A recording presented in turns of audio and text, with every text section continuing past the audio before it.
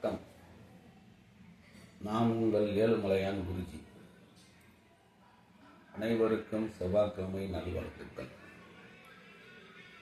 இன்று நாம் கும்பிடும் காவல் தெய்வமான கருப்பண்ணசாமி.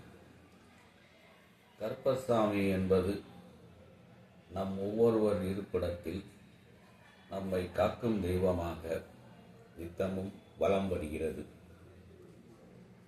இதில் நம் குடும்பத்திற்கு ஏதேனும் குறைபாடுகள் ஏற்படக்கூடிய காலகட்டத்தில் சொப்பனத்தின் மூலமாகவும் வழிபோக்கில் செல்லக்கூடிய நேரம் பல தடைகளும் குடும்ப ரீதியில் சிறு சிறு வம்பு வழக்குகளையும் தெரியப்படுத்தி நம்மை காக்கின்றது.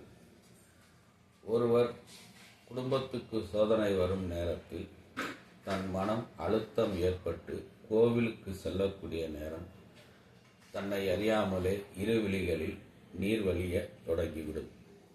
இது நம் குடும்பத்துக்கு ஏதோ குறை ஏற்பட போகிறது என்கிறதுக்கு அறிகுறி.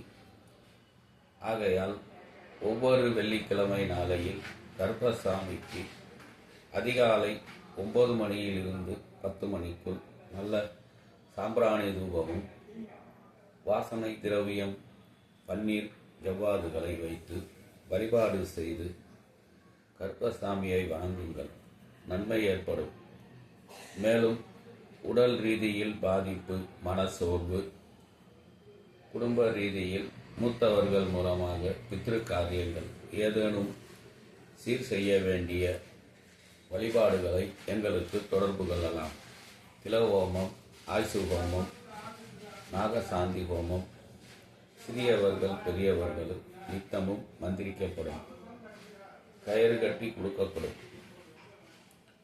தெய்வ வழிபாடுகளில் திருப்பதி ஏழுமலையான் நேர்த்திக்கடன், முருகன் காவலி நேர்த்திக்கடன், எதிர்காலத்தில் வரவிருக்கும் மகா சிவராத்திரி வழிபாடு சிறப்பாக வழிநடத்தி அவர்கள் இருப்பிடத்தில் செய்து கொடுக்கப்படும். உள்ளூரில் இருப்பவர்கள் எங்களை நாடி வரலாம். அருள்வாக்கு கேட்பவர்களுக்கு கொண்டு வர வேண்டிய பொருள் வெத்தலை, பாக்கு, எலுமிச்சம்பழம், பூ, ஊதுபத்தி, காணிக்கை. வெளியூர்களில் வெளிநாடுகளில் உள்ளவர்கள் எங்களை தொலைபேசியில் தொடர்பு கொள்ளலாம்.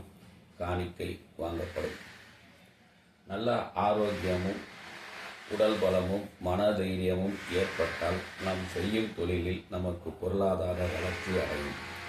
ஆரோக்கியம் ஏற்படுத்தி கொடுப்பது ஆன்மீக வழிபாடுகளில் சிறந்த இடமாக ஏழுமலையான் குருஜி இருப்பிடம்.